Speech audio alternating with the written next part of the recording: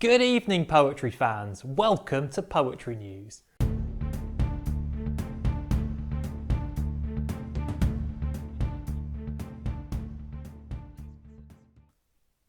It rained a lot in Berlin that day.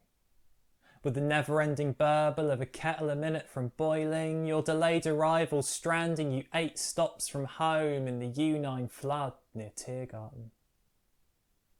It rained a lot in Berlin that day. A 1 in 60 years soaking, keeping the beer drinkers from benches by the Spätis. No street musicians to serenade the sodden Schönerhauser swarms, leaving fewer empty bottles by the bins. It rained a lot in Berlin that day. Countless droplets bounced off the tags and the ample mansion leading to the side streets where they rarely seemed to cut the foot-high grass. While we shared a little laugh or two about the surfboard and the Airbnb you said we wouldn't need again. It rained a lot in Berlin that day. A rain of puddles and plans with holes in, making it slippy in Einstein Cafe. A vodka bottle with a glass or two waiting on your kitchen table. A little thank you for letting us crash there while you'd been away. It rained a lot in Berlin that day, where for once the Ubers were fuller than the U-Bahns, but we were more intent on you getting safely home than working out another day to cook for you like we promised you before sharing a Berliner or two on your balcony. It rained a lot in Berlin that day, but we were drenched in afterglow from the Willkommen you show us every single time we go. Can you tell us what inspired that poem? I was out in Berlin at a time when they had one of the biggest rainstorms they'd had for decades. It kind of wiped the city out for the most part for the evening. It was in some ways quite sort of interesting to be around during that. But me and a friend, we'd been staying at a friend's apartment while they were away at a business trip.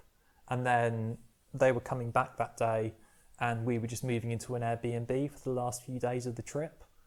And the friend said to us before they left us in their apartment, you know, don't mind how you leave it.